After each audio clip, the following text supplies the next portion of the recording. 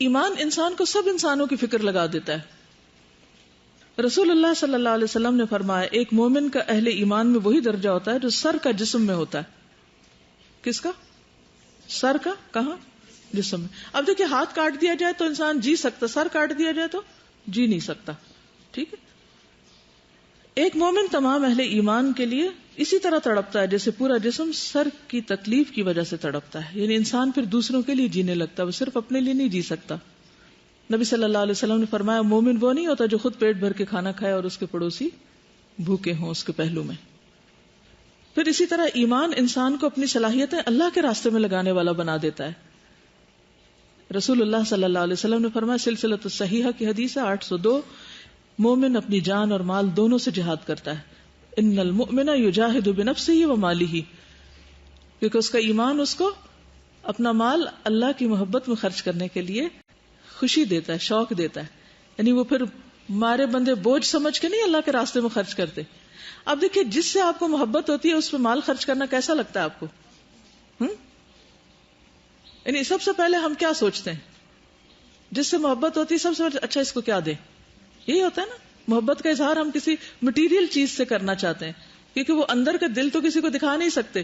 تو پھر ہم کیا کہتے ہیں کہ کوئی چیز ہو, کسی چیز میں وہ ڈل جائے, وہ چیز اس کو دیں تاکہ اس کو یقین آ جائے کہ ہم اس سے محبت کرتے ہیں, اور اس کو کوئی احسان جتا کے دیتے ہیں آپ. بلکہ اگر وہ قبول کر لے تو ہم خوش ہوتے ہیں. ایسا ہی ہوتا ہے یا نہیں؟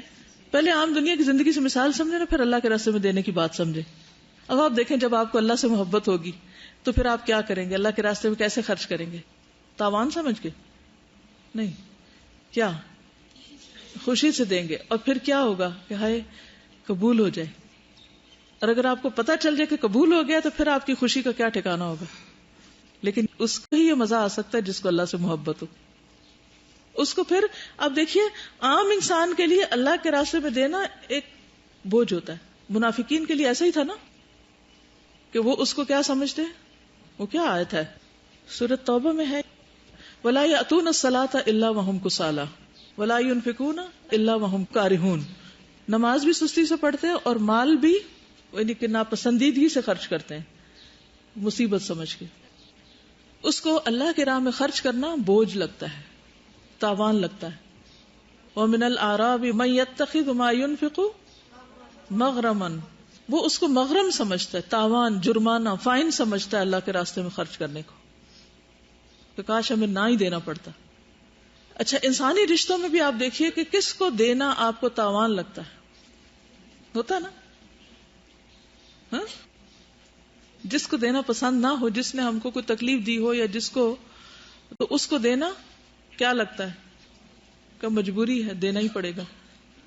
لیکن کچھ کو دینا آپ کو اچھا لگتا ہے. اب آپ خود سوچ رہے ہیں کس کو دینا اچھا لگتا ہے, کس کو دینا اچھا نہیں لگتا.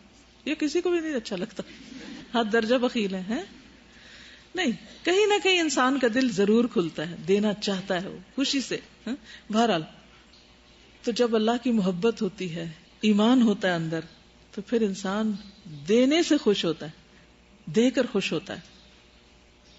پھر ایمان آپس کی محبت پیدا کرتا ہے, باہمی تعلقات اچھے کرتا ہے, کیونکہ المؤمن یألف و یؤلف سلسلۃ صحیحہ, مومن محبت کرتا بھی ہے اور اس سے محبت کی بھی جاتی ہے. وہ بھی محبت کرتا ہے, دوسروں سے مانوس ہوتا ہے, لوگ بھی اس سے مانوس ہوتے ہیں. اور جن لوگوں کے اندر ایمان ہوتا ہے اللہ تعالیٰ دوسروں کے دل میں ان کی محبت پیدا کر دیتا ہے, دوسروں کے دل میں ان کی محبت پیدا ہو جاتی. قرآن مجید میں آتا ہے سورۃ مریم 96, ان الذین آمنوا وعملوا الصالحات سیجعل لهم الرحمن ودا. یقیناً جو لوگ ایمان لائے اور اچھے کام کر رہے ہیں اللہ تعالیٰ ان کے لیے لوگوں کے دلوں میں ضرور محبت پیدا کر دے گا. ایمان انسان کو بھولا بھالا بناتا ہے, یعنی کہ وہ دوسروں کو دھوکہ دینے والا اور چلاک اور ایسا نہیں ہوتا. فرمایا نبی صلی اللہ علیہ وسلم نے, مسند احمد کی روایت ہے, ان المؤمن غر کریم, مومن بھولا بھالا اور فراخ دل ہوتا ہے لیکن سمجھدار بھی ہوتا ہے. دوسری جگہ پر آتا ہے لا يلدغ المؤمن من جحر واحد مرتين, مومن ایک سوراخ سے 2 بار نہیں ڈسا جاتا. یعنی بھولا بھالا کا مطلب بے وقوف نہیں کہ دھوکہ کھاتا رہے. شیطان کی چالوں سے انسان محفوظ رہتا ہے. انہ لیس لہ سلطان علی الذین آمنوا وعلی ربہم یتوکلون، سورۃ النحل 99۔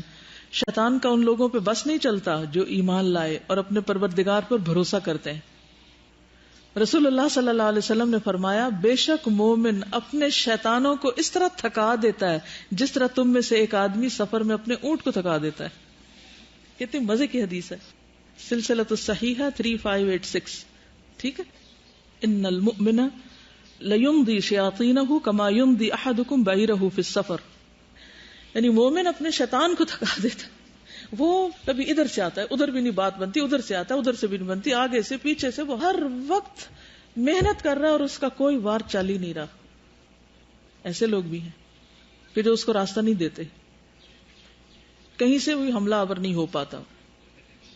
تو یہ ایمان ہی کا مضبوط قلعہ ہوتا ہے کہ جس میں وہ جیسے دوائے شافی میں آپ نے پڑھا تھا نا، جو ابن القیم نے مثال دی تھی کہ جو مضبوط اندر قلعہ ہوتا ہے، جو محفوظ دل ہوتا ہے ایمان والا، تو شیطان کے تیر آ کے اس میں بھسم ہو جاتے ہیں، یعنی وہ پھینکتا ہے تیر لیکن وہ اندر آ کے لگتے نہیں بلکہ باہر سے ہی ان کا توڑ ہو جاتا ہے۔ پھر ایمان آپس میں خیر و بھلائی کا جذبہ پیدا کرتا ہے۔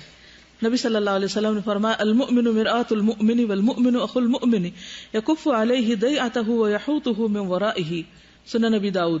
مومن دوسرے مومن کا آئینہ ہے، ایک مومن دوسرے مومن کا بھائی ہے، اس کے سامان کی حفاظت کرتا ہے اور اس کی غیر موجودگی میں اس کا دفاع کرتا ہے، اور جو چوری کرتا ہے وہ اس کا ایمان نکل جاتا ہے۔ یعنی مومن تو مومن کے سامان کا دفاع کرتا ہے۔ ابھی جو عمرے پر ایک خاتون گئی تھی لاڑکانہ سے، جو سلائی کر کے کئی سال سے انہوں نے پیسے جمع کیے اور پھر عمرے پہ جانے کے لیے اپنا ٹکٹ اور انتظام کیا، حرم میں بیٹھی ہوئی تھی اور کوئی خاتون اپنا پرس بھول گئی اور اس میں ہزاروں درہم تھے، اور یہ وہاں پر صرف اس لیے بیٹھی رہی کہ اب اگر یہ اٹھی یہاں سے تو یہ پرس کوئی اٹھا نہ لے، حتیٰ کہ ان کا پھر فون آیا اور وہ انہوں نے اٹینڈ کر کے بتایا کہ پرس یہیں پر ہے، اور پھر انہوں نے اس کی حفاظت کا انعام دینا چاہے وہ بھی انہوں نے قبول نہیں کیا۔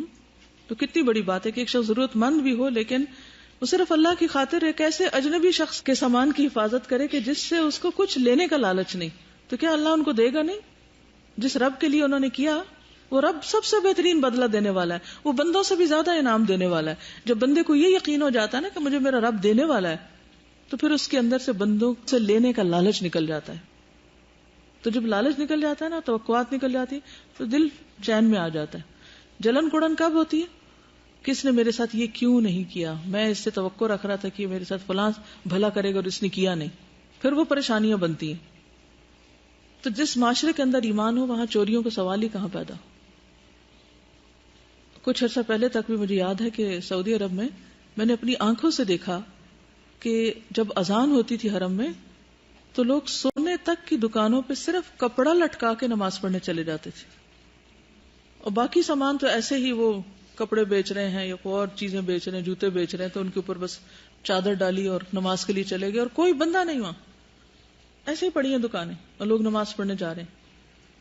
میں خود ایک جگہ پر یونیورسٹی کے قریب رہتی تھی، اور بلیو می جتنا عرصہ میں اس اپارٹمنٹ میں رہی کبھی بھی لاک نہیں کیا، کنڈی بھی نہیں لگائی، ایسے بھی دروازہ بند کر کے نکل جاتے تھے، کون کرے بند۔ یہ اپنا ذاتی تجربہ بتا رہی ہوں۔ میں پوری بلڈنگ تھی، بلڈنگ میں کئی گھر تھے، لیکن جب ہم شروع میں گئے تو ہم نے کہا چابی کی طرح لاک کریں، یہ انہوں نے کہا یہاں کوئی نہیں آتا، کچھ نہیں ہوتا، آپ بے فکر رہیں۔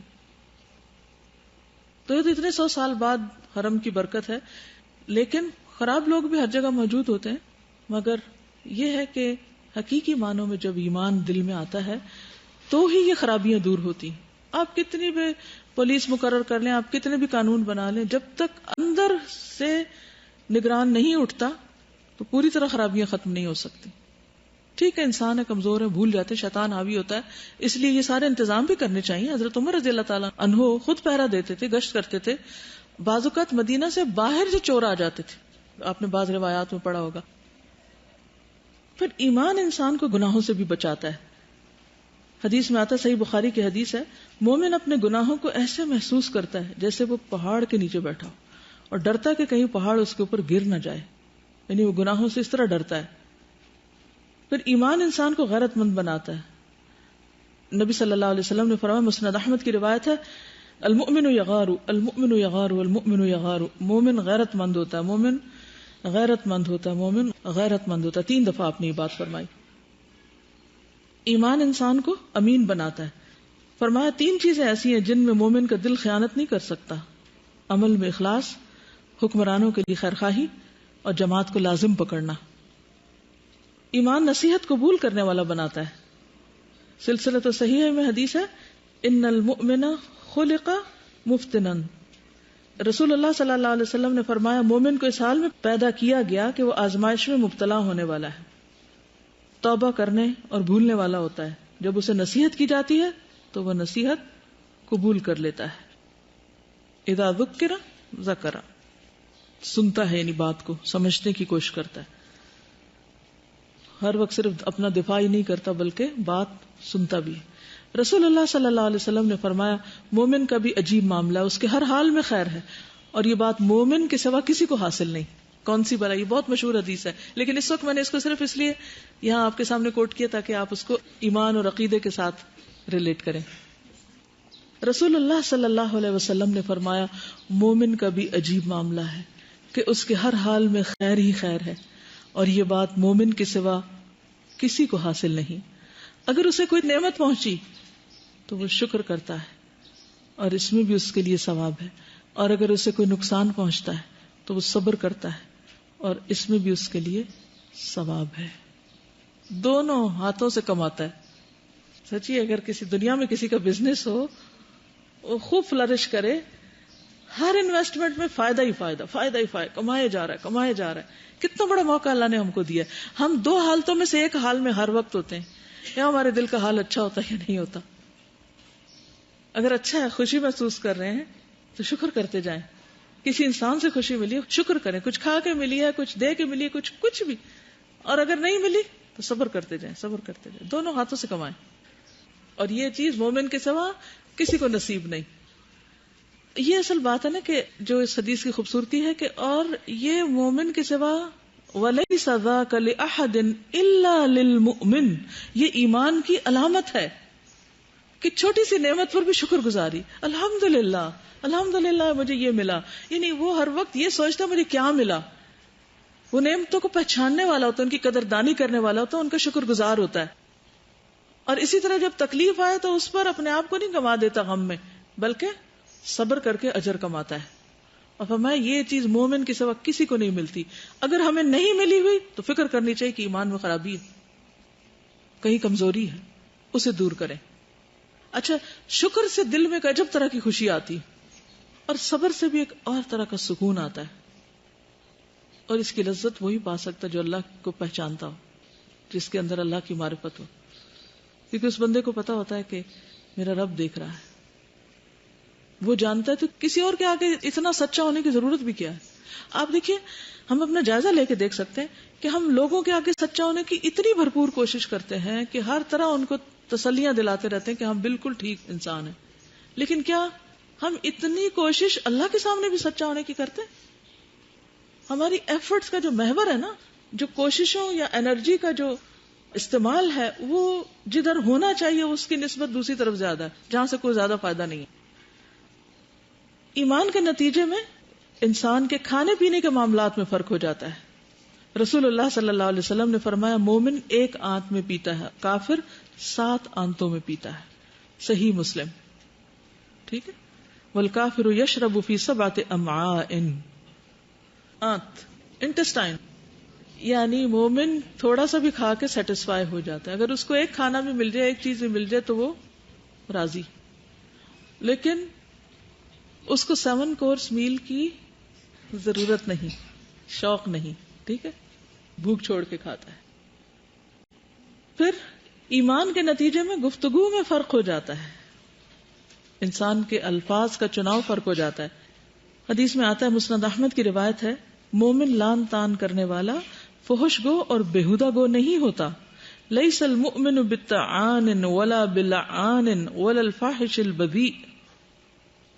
مومن کے لیے دنیا اور آخرت میں خوش خبریاں، گڈ نیوز.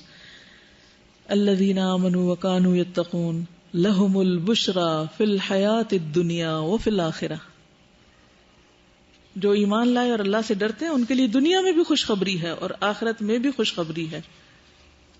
اچھا خوشخبری کس سینس میں خوشخبری؟ اب بعضوں کو تکلیف کی خبر ہوتی ہے تو وہ کیا خوشخبری؟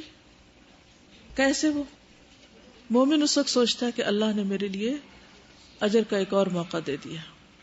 وہ اس کو بھی اپنے لیے برا نہیں سمجھتا, صبر کرتا ہے اور اس تکلیف کو دور کرنے کے لیے دعا کرتا ہے, لیکن وہ اس کے اندر بھی کوئی خیر کا پہلو ڈھونڈ لیتا ہے.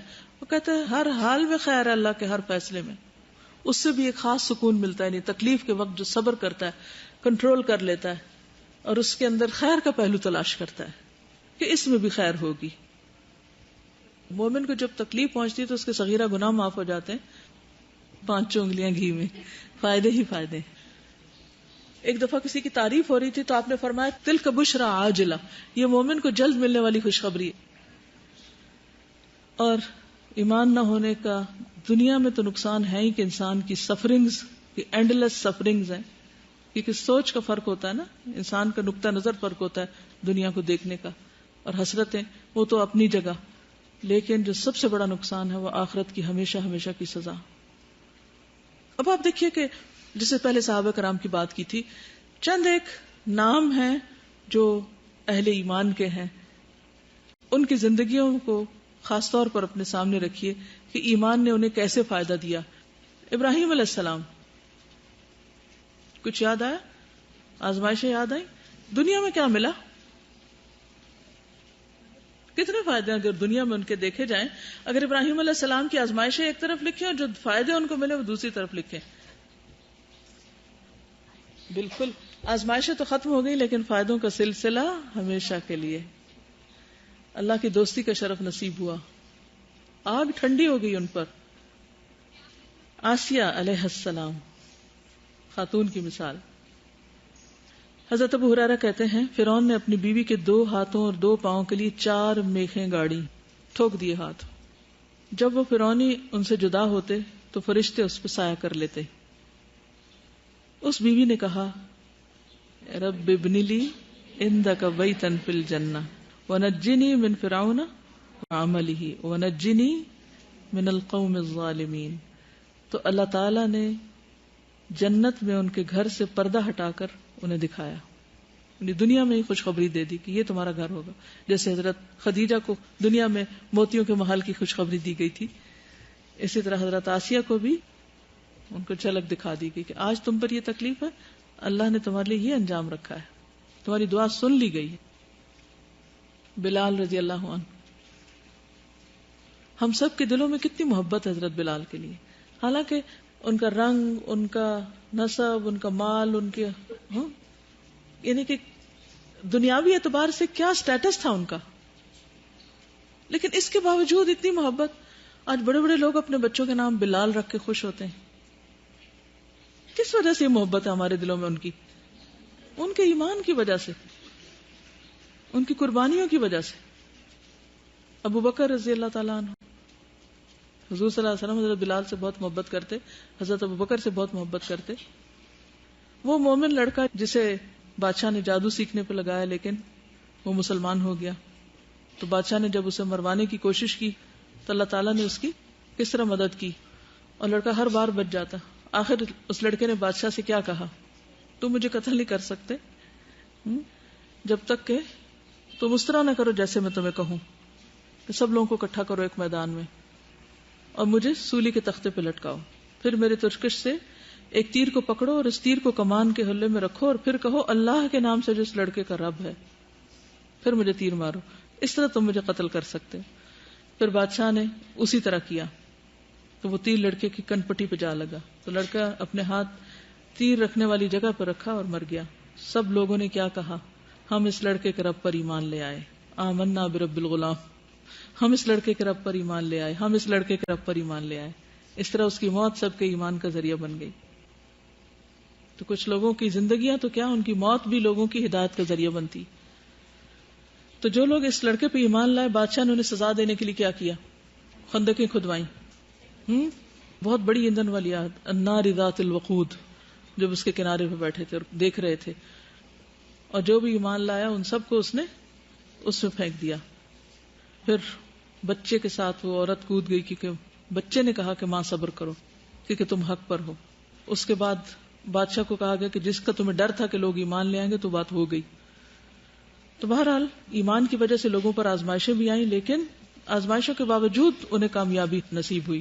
خود نبی صلی اللہ علیہ وسلم کو آپ دیکھیے کہ کس طرح لوگوں نے اتنا تنگ کر دیا کہ انہیں ہجرت کرنی پڑی. ہجرت کا سفر بھی مشکل تھا، لیکن کیا ہوا؟ الا تنصروه فقد نصره الله اذ اخرجه الذين كفروا ثاني اثنين اذ هما في الغار اذ يقول لصاحبه لا تحزن ان الله معنا فانزل الله سكينته عليه وايده بجنود لم تروها وجعل كلمة الذين كفروا السفلى وكلمة الله هي العليا. تو اس سے کیا پتہ چلتا ہے کہ ایمان لازماً اور یقینی طور پر انسان کی زندگی پر اثر انداز ہوتا ہے. جی آپ بہت اچھا انہوں نے مشورہ دیا کہ صرف اس سے نہیں سمجھ آئے گی کہ کتنے پوائنٹ آپ کو ملیں گے. ذرا یہ جتنی سچویشن بتائی ہیں نا، ان کو سامنے رکھ کے اپنی محبت کا اور اپنے ایمان کا جائزہ لیں کہ ان جگہوں پر ہم ہوتے تو کیا کرتے یا ہم کیا کرتے ہیں، کسی غم والے موقع پہ کیا کرتے ہیں اور کسی اللہ کے راستے میں خرچ کرنے والے پہ، اور جتنی بھی یہ چیزیں سب کو آپ جائزہ لے کر دیکھیں، پھر خود کو نمبر دیں. ٹھیک ہے، چلیے ایمان کی شاخیں. ایمان کی 60 سے زائد شاخیں، ٹھیک ہے، جن سے مراد اعمال ہی ہیں. یہ جملہ انڈر لائن کر لیجیے، بہت اہم ہے. آپ صلی اللہ علیہ وسلم کا ارشاد ہے الایمان بدع و ستون شعبہ والحیاء من الایمان. ایمان کی 60 سے زائد شاخیں اور حیا بھی ایمان میں سے ہے. اب یہ شاخیں جو ہیں ایمان کی شاخیں، چند ایک حدیثیں آپ کو سنا دیتی ہوں تاکہ یہ پتہ چل جائے کہ ایمان کی شاخیں جو ہیں ان سے کیا مراد ہے. ایمان کی سب سے اونچی شاخ لا الہ الا اللہ ہے. ٹھیک ہے، صحیح مسلم کی روایت ہے الایمان بدع و سبعون او بدع و ستون شعبہ. ایک روایت میں 60 آتا ہے، ایک میں 70 آتا ہے. فافضلها قول لا الہ الا اللہ. ایمان کی 70 یا 60 سے اوپر کچھ شاخیں ہیں جن میں سب سے افضل لا الہ الا اللہ کہنا ہے. کم گفتگو. نبی صلی اللہ علیہ وسلم نے فرمایا حیا اور عجز ایمان کے 2 شعبے. ٹھیک ہے، یہ ایمان کے 2 شعبے ہیں، 2 شاخیں، برانچز ہیں. فرعها، عجز سے مراد دل کا عجز نہیں، زبان کا عجز ہے. العی کا لفظ استعمال ہوا ہے، العی عین یا، اور اس سے مراد قلیل گفتگو ہے، یعنی بہت باتونی ہونا. ایک اور حدیث میں بھی آتا ہے نا، قیل و کال سے اللہ تعالیٰ نفرت کرتے ہیں. وکثرت السؤال. حدیث کی مختلف جو شروحات ہیں ان کا خلاصہ یہ ہے کہ ان چیزوں میں چپ رہنا جس میں گناہ ہو. انسان کا گفتگو کرتے وقت حیرت میں پڑ جانا، غور و فکر کرنا کہ اس مصیبت سے چھٹکارا حاصل ہو. بے مقصد چیز کے بارے میں کلام سے رک جانا، بے مقصد باتیں چھوڑ دینا، اور نامناسب کلام سے خاموش رہنا. انسان کا اس طرح رہنا کہ بولے کم اور سنے زیادہ. ابو حاتم کہتے ہیں کہ انسان کے 2 کان اور 1 زبان ہے. انسان کو کہنے سے زیادہ سننا چاہیے. سادگی بھی ایمان کا حصہ ہے. ان البذاذۃ من الایمان، سنن نبی داؤد کی روایت ہے. گزرے وقت کی اچھائی یاد رکھنا. سلسلۃ صحیحہ کی حدیث ہے ان حسن العہد من الایمان. گزرا ہوا اچھا وقت یاد رکھنا ایمان میں سے ہے. جیسے ہوتا ہے نا، اکثر دوست بیٹھتے ہیں اور پرانی باتیں یاد کرتے ہیں، یا رشتہ دار یا بچپن کی یا کسی کا بھی کوئی احسان ماضی کا ہو تو اس کا ذکر کرنا، اس کا احسان یاد کرنا، یہ بھی ایمان کا ایک حصہ ہے. اچھا، ہم عام طور پہ کیا کرتے ہیں؟ ہم دوسروں کی کیا یاد رکھتے ہیں؟ اذیت دینے والی باتیں، چاہے شوہر بیوی ہوں، چاہے دوست ہوں، چاہے رشتہ دار ہوں. اچھا، اس کے نتیجے میں کیا ہر وقت اندر نفرت کے طوفان اٹھے رہتے ہیں اور انسان وہی باتیں کرتا ہے اور اسی کے گرد گھومتا رہتا ہے، تو اس سے باہر نہیں نکل پاتا. صبر ایمان میں سے. الصبر نصف الایمان. صحیح ترغیب و ترہیب کی حدیث ہے اسباغ الوضوء شطر الایمان. صحیح ابن حبان. رسول اللہ صلی اللہ علیہ وسلم نے فرمایا اچھی طرح وضو کرنا ایمان کا حصہ ہے. الطہور شطر الایمان. طہارت نصف ایمان کے برابر ہے. نکاح. رسول اللہ صلی اللہ علیہ وسلم نے فرمایا جب کوئی شخص نکاح کر لیتا ہے تو وہ اپنا آدھا ایمان مکمل کر لیتا ہے، لہذا اسے چاہیے کہ باقی آدھے ایمان کے بارے میں اللہ سے ڈرتا رہے. سب سے ادنا شاخ تکلیف دہ چیز راستے سے دور کرنا. اور آپ کو معلوم ہے کہ اس سب سے ادنا ایمان پر بھی عمل کر کے ایک شخص جنت میں مزے کر رہا تھا کہ اس نے مسلمانوں کے راستے سے ایک شاخ کو ہٹا دیا تھا، درخت کی شاخ کاٹ دی تھی جو لوگوں کو گزرتے ہوئے تکلیف دے رہی تھی. امام بخاری نے کچھ حدیثوں کو ایمان کی شاخوں میں ذکر کیا. اپنے بھائی کے لیے وہ پسند کرنا جو اپنے لیے پسند کرے. لا یؤمن احدکم حتی یحب لاخیہ ما یحب لنفسہ.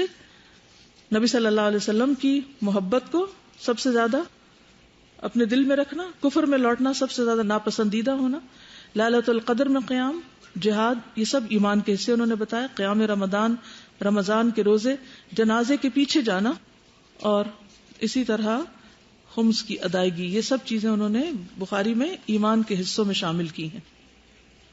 ایک کتاب ہے بیہقی کی شعب الایمان، ٹھیک ہے، اس میں انہوں نے ان تمام چیزوں کو گن کے جنہیں ایمان کی شاخیں کہا جاتا ہے وہ بیان کیا ہے. وہ ساری یہاں پر موجود ہیں، اگر میں بورڈ پہ لگوا دوں تو آپ لوگ خود بھی دیکھ کے پڑھ سکتے ہیں. میں ان کو مختصراً آپ کے سامنے رکھوں گی. انہوں نے 78، کیونکہ حدیث میں آتا ہے نا کہ 70 سے اوپر ہیں، تو انہوں نے 78 لکھی، ٹھیک ہے. تو جس میں اللہ تعالیٰ پر ایمان، رسولوں پر، فرشتوں پر، قرآن مجید اور ساری کتابوں پر، اچھی بری تقدیر پر، یوم آخرت پر، موت کے بعد جی اٹھنے پر، قبروں سے اٹھائے جانے کے بعد لوگوں کے جمع کرنے پر، اس بات پر ایمان کے مومنین کا ٹھکانہ جنت اور کافروں کا جہنم ہوگا، اللہ تعالیٰ کی محبت کے واجب ہونے کا، اللہ تعالیٰ کے خوف کے واجب ہونے پر ایمان، امید لگانے کے واجب ہونے پر ایمان، توکل کے واجب ہونے پر، نبی صلی اللہ علیہ وسلم کی محبت کے واجب ہونے پر ایمان، آپ کی تعظیم اور عظمت کے واجب ہونے پر ایمان. انسان اپنے دین کے لیے اتنا حریص ہو کہ جہنم میں پھینکا جانا دین کو ترک کرنے سے بہتر سمجھے. علم حاصل کرنا اور علم اور علماء کی فضیلت ایمان کی شاخ ہے. مفید علم کو آگے پھیلانا، قرآن مجید کی تعظیم کرنا، اس کو سیکھنے اور سکھانے کے ساتھ اس کے حدود اور احکام کو حفظ کرنا، اس کے حلال و حرام کو جاننا اور اہل قرآن کی تعظیم کرنا. طہارتیں، 5 نمازیں، زکوٰۃ، روزہ، اعتکاف، حج، جہاد، اللہ کے راستے میں پہرا دینا، دشمن کے سامنے سینہ سپر ہو کر ڈٹ جانا اور فرار نہ ہونا، مال غنیمت میں سے 5واں حصہ فوجیوں کے امام یا عامل کو دینا، اللہ سے تقرب حاصل کرنے کے لیے غلام آزاد کرنا، وہ کفارات جو واجب ہیں ان کو ادا کرنا، معاہدوں کو پورا کرنا، اللہ تعالیٰ کی نعمتوں کو شمار کرنا اور ان کے شکر کرنے کو واجب سمجھنا، انسان کو جس کی ضرورت نہیں اس سے زبان کو محفوظ رکھنا، امانتوں اور ان کی ادائیگی کو واجب سمجھنا، انسان کو قتل کرنے اور اس پر زیادتی کی حرمت، شرمگاہوں کی حرمت، ان کی عصمت کو واجب سمجھنا، اپنے ہاتھوں کو مالوں سے روکے رکھنا، چوری سے بچنا، کھانے پینے میں ورع اور تقوی کا واجب ہونا، لباس اور طرز لباس میں حرام سے بچنا، وہ برتن جو شریعت کے منافی ہوں ان سے بچنا، شریعت کے خلاف کھیلوں اور غافل کرنے والے کاموں کی حرمت کو ملحوظ رکھنا، خرچ کرنے میں میانہ روی اور باطل طریقے سے مال کھانے کو حرام سمجھنا، بغض اور کینہ چھوڑنا، لوگوں کی عزتوں میں واقع ہونے کی حرمت یعنی غیبت وغیرہ سے، عمل کو اللہ کے لیے خالص کرنا اور ریاکاری سے بچنا، نیکی پر خوش ہونا، برائی پر رنجیدہ ہونا، ہر گناہ کا علاج توبہ سے کرنا، قربانیوں اور امانتوں کا واجب ہونا، حکمرانوں کی اطاعت کرنا، سلف صالحین کی جماعت جس عقیدے پر ہے اس کو مضبوطی سے تھامنا، لوگوں کے درمیان انصاف سے فیصلہ کرنا، امر بالمعروف اور برائی سے روکنا، نیکی اور تقوی کے کاموں میں ایک دوسرے سے تعاون کرنا، حیا، والدین سے نیکی کرنا، صلہ رحمی کرنا، اچھا اخلاق، غلاموں سے حسن سلوک، مالک کے حقوق جو غلاموں پر ہیں ان کو ملحوظ رکھنا، اولاد اور گھر والوں کے حقوق دینا، اہل دین سے قریب ہونا، ان سے محبت کرنا، ان سے سلام کو عام کرنا، سلام کا جواب دینا، مریض کی عیادت کرنا، اہل قبلہ میں سے جو لوگ فوت ہو جائیں ان کا جنازہ پڑھنا، چھینک کا جواب دینا، کفار اور فساد کرنے والوں سے عداوت رکھنا، پڑوسی کی عزت کرنا، مہمان کی عزت کرنا، گناہگاروں پر پردہ پوشی کرنا، مصائب پر صبر کرنا، اور وہ لذت اور شہوت جس کی طرف نفس کھچ کر لے جائے اس سے صبر کرنا، یعنی اپنے نفس کی شہوات پر صبر، دنیا سے بے رغبتی اختیار کرنا، بیوی کے متعلق غیرت رکھنا، لغو سے اعراض کرنا، سخاوت اور فیاضی، چھوٹوں پر رحم، بڑوں کی عزت، آپس میں اصلاح کرنا یعنی اصلاح ذات البین، لڑائی جھگڑا چھوڑ کے، آدمی کا اپنے بھائی کے لیے وہی پسند کرنا جو اپنے لیے کرتا ہے، اور ہر مسلمان کی خیرخواہی کرنا، راستے سے تکلیف دہ چیز کو ہٹا دینا، یہ سب ایمان کی شاخیں ہیں. پوری کتاب ہے اس پر، آئی ہوپ کہ لائبریری میں ہوگی، اگر ہے تو زیارت کر لیجئے. اس میں انہوں نے ان سب باتوں کے دلائل بھی دیے ہوئے ہیں. ٹھیک ہے، بہرحال خلاصہ کیا ہے آج کی ساری گفتگو کا؟ کیا خلاصہ ہے؟ ایمان عمل کا نام ہے. ایمان ایسا بیج ہے جس سے لازماً شجرہ طیبہ نکلتا ہے، جس کے آگے پھر پھل آتے ہیں. تو وہ نفع در نفع سودا ہے، وہ صرف ایک ڈیڈ چیز نہیں، کوئی پتھر نہیں جو دل میں آپ نے رکھ لیا اور ختم بات. وے آف لائف ہے. یس، ایکچولی خلاصہ یہ کہ انسان ہر چیز بس اللہ کے لیے کرے، کیونکہ اللہ نے پیدا ہی ہمیں اس لیے کیا کہ ہم اس کی عبادت کریں. میرے سامنے مسلسل پتہ کیا ایک پکچر آ رہی ہے جب سے میں پڑھا رہی ہوں، ایک ہیوج ٹری ہے بہت بڑا درخت ہے جس کی بہت ساری شاخیں ہیں اور اس کی مضبوط سی جڑ ہے. اتنی واضح تصویر ہے میرے سامنے اس کی کہ جو ہی میں ایمان بولتی ہوں تو میرے سامنے وہ آ جاتا ہے کہ ایک عمدہ بیج تھا جس کی جڑیں بھی خوب مضبوط ہوئی اور جس کی بے پناہ شاخیں نکلی. یعنی اتنی خیر زندگی میں پھلی پھولی پھوٹی کہ وہ پھر ایک بیج نہیں رہا. یعنی ایمان ایسی کوئی چیز نہیں کہ جو آپ نے کہیں رکھ دی تو بس وہ اتنی رہی. وہ بڑھے گا، پھلے گا، پھولے گا، اس کی شاخیں بلند ہوں گی اور وہ دوسروں کو فائدہ پہنچائے گا، دور دور تک اس کی خیر جائے گی. اس کو میرے ذہن میں ایک اور چیز پیاری، آپ یہ بھی کر سکتے ہیں کہ سمجھے کہ یہ دو بورڈز ہیں نا، تو ادھر آپ مومن کی صفات لکھ سکتے ہیں اور ادھر کافر. اب آپ دیکھیے کہ مثلا ایک مومن ہے تو اس کے اندر کیا کیا کیا کیا چیزیں آنی چاہیے، ٹھیک ہے. اور اگر یہ چیزیں نہیں ہیں تو پھر میرا شمار کہاں ہوتا ہے؟ صرف ناموں کا فرق ہے تو صرف نام کے فرق سے تو بات نہیں بنے گی جب تک یہ صفات اندر نہیں آئیں گی. تو کون سی صفات چاہیے؟ اور صرف صفات پہ کام نہیں کر سکتے ہم. یاد رکھیے ہمیں اپنی اسٹریٹجی چینج کرنی ہوگی. ہم لوگ پتہ کیا کرتے ہیں، صرف شاخوں پہ کام کر رہے ہوتے ہیں اور نیچے درخت کی جڑ جو ہے اس کو دیکھتے ہی نہیں. تو کون سی چیزیں ہیں جو اس درخت کو پھلنے پھولنے میں مدد دیتی؟ ماحول دیتا ہے، روشنی دیتی ہے، پانی دیتا ہے اور فرٹیلائزر. اور ایک پودے کو آپ دیکھیے کہ کیا کیا چیزیں بڑھنے میں مدد دیتی ہیں اور کن چیزوں سے پودا مرجھا جاتا ہے. تو ایمان بھی اسی طرح ہی ہے.